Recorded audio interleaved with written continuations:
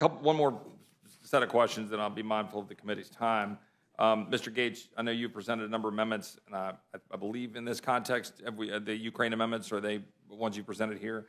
I noticed that the ranking member here on this committee talked about the cluster bombs, and I wanted to see if you shared my concern. I think you do, that for the benefit that such weapons may provide for the United States in the event that we needed to use them for some purpose, putting aside whether they should be banned or not, the fact of saying that we are going to distribute these even to our current allies who may not in the future be our allies strikes me as unwise. And I'm just wondering if the gentleman might be able to expound on that. I share that view. Our colleague, Mr. Mills of Florida, recently shared that view. And if we are ever in a position where we are relying on cluster munitions to protect the homeland, something has gone terribly wrong. And a lot of the other stuff that we've attempted has not worked. So I don't, the amendment that Ms. Jacobs has sponsored, that Mr. McGovern and I have joined her in co-authoring, does not prohibit the United States from building cluster munitions, from maintaining cluster munitions. It bans the export of those munitions. Right now, there's only one scenario dangerously being contemplated for the export of these munitions, and it was the decision by President Biden to send them to Ukraine, which is foolish. On that point with respect to Ukraine, because some statements have been made, I just want to kind of expand on just 1 second, which is, do you share my view that you wish and support the people of Ukraine in standing up against Putin in their own regard, but that the question of turning over the decision making as to what should be accomplished in Ukraine to whatever Mr. Zelensky suggests, or that whatever Mr. Zelensky defines with respect to, for example, Crimea or other decisions he might make for their national security interests, isn't there a hard line and a break and a difference between their national security interests and our national security interests? Well, of course. I share Mr. Davidson's view that we should at least get a vision or a strategy from the administration, and I hope that we do not accept as a premise that the future of the United States is inexorably linked to the future of Ukraine. I've heard that argument made by a number of our congressional colleagues in floor debate that so goes Ukraine, so goes the United States of America. I would hope we wouldn't have such a low view of ourselves that we would tie ourselves to the country that's the third most corrupt country in the world and the most corrupt country in Europe, according to Goldman Sachs. I have a higher view of America than that. But whether you support the U.S. continued involvement in this war or not, I think there are a number of amendments that can be made in order, like Mr. Davidson's amendment, like my amendment on end-use monitoring, so that we're not just sending stuff into Ukraine and then seeing it potentially for sale back to the cartels on Texas's border. And so end-use monitoring, requiring a strategy, I think those are good incremental steps. I would note that the underlying bill does greatly strengthen the Inspector General capabilities, and it looks more like CGAR than it does the normal IG process. CGAR didn't save us from being entirely grifted in Afghanistan, but at least after the fact, we're able to determine that we were by huge amounts. So that's why that amendment is important. But my sincere hope for the Rules Committee, Mr. Roy, is that you give the Ukraine vote its own dignity. Whether people are there to continue this $300 million in funding that's in the bill or not, that should be a separate question.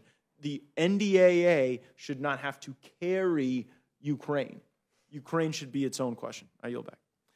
Mr. Johnson, quick question, and then Mr. Davidson, I'll go to you. Mr. Johnson, you posited, and I think correctly, liquefied natural gas and the export thereof is critical to our national security. I would share that sentiment. Some are suggesting that our line that we should draw here with respect to amendments. So, Mr. James? Representative James? But Representative James. John. You're not excused. You can't get up as a witness and leave during a panel. Sorry, new guy. It's all right. Sorry, I'll wrap this up for you, Mr. James, here pretty quickly. Mr. Johnson, some have suggested that a line that we need to draw with respect to what is able to be considered is that it be an amendment or be language that was referred to the HASC, the Armed Services Committee. And I'm not 100% sure if your LNG amendments or similar amendments were in fact referred to HASC, but I would just ask you, do you nevertheless believe that they are central to our national security and meritorious of debate in this context? They are central to our national security. You've heard it said many times in our conference, energy security is national security. It's one and the same. Without energy security, we don't have national security. That applies to pulling back Putin's power and his use of energy as a weapon in Europe. We have talked to the parliamentarian, and everything we've been told is that this is germane to the NDAA. Thank you, Mr. Johnson. Mr. Davidson, you lifted your finger up. You wanted to, I think, comment. Well, specific to one of the amendments I offered, it requires a mission from Ukraine, a mission for Ukraine in exchange for the $300 million that's in the base text. And as I spoke with Chairman McCall about it, he said, well, why not just require the mission? Why withhold the funding? And, you know, if as Mr. Gaetz is proposing, the funding were a separate amendment from the base text, I mean, it would probably pass. I would vote no on it.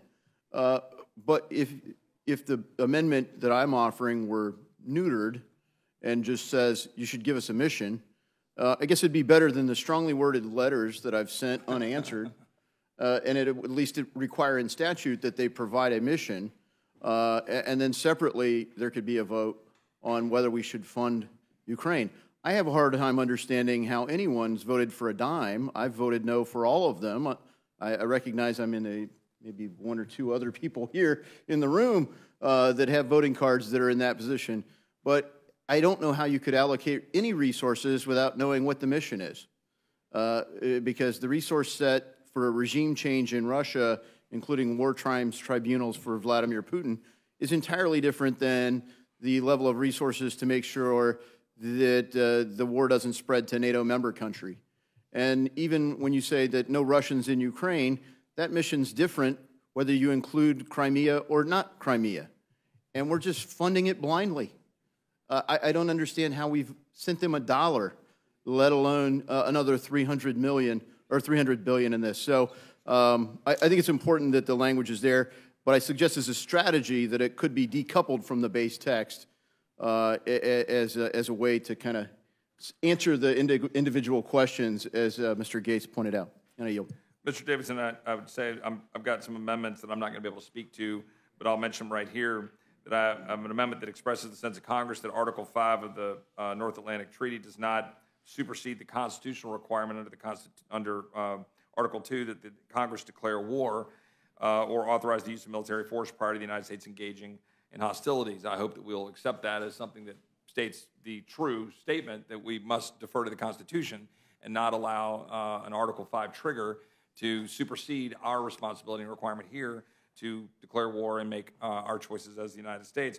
And secondly, that expressing the sense of Congress that the United States should not continue subsidizing NATO member countries who choose not to invest in their own defense by meeting the 2014 Wales Summit defense spending benchmark, among other things. I know we'll have further conversation, debate about that. One last question, I promise, Mr. Chairman, it's the last question.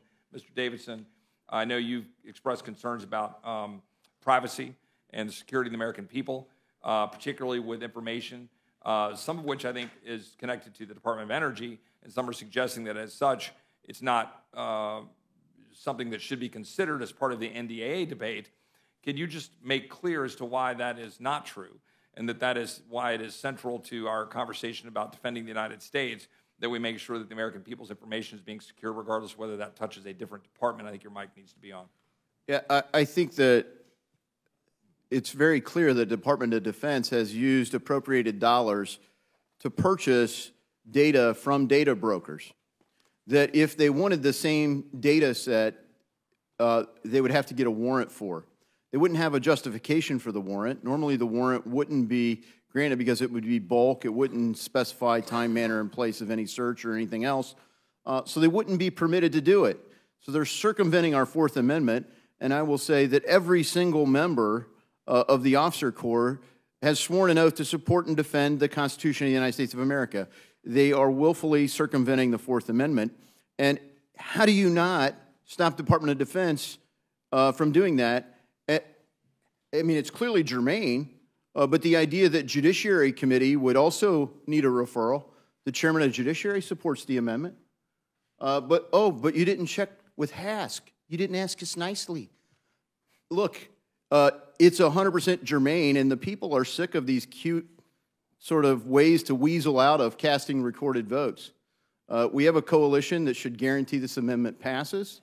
It is important to hold the Department of Defense accountable to do what they've sworn to do, which is defend our Constitution and our way of life. And, of course, we think of them on physical security, but the principles they're defending are distinctive to our country, and privacy is guaranteed by our Fourth Amendment. I think the gentleman, I would just point out that central to all of this, and the reason these amendments matter, is that the defense of the United States right now is weaker than it should be because we have politicized the Department of Defense. We've turned it into a social engineering experiment. We are no longer focused on the key mission of defending the United States and ensuring that they are trained to carry out the task. We're undermining the morale, undermining recruiting, and that needs to change, and it needs to change immediately. It cannot be something where the latest climate fetish or transgender debate or social engineering question is being foisted upon the men and women who sign up to serve in the United States military. I appreciate my colleagues for presenting these things. I hope we'll have further debate about it. I yield back to the chairman.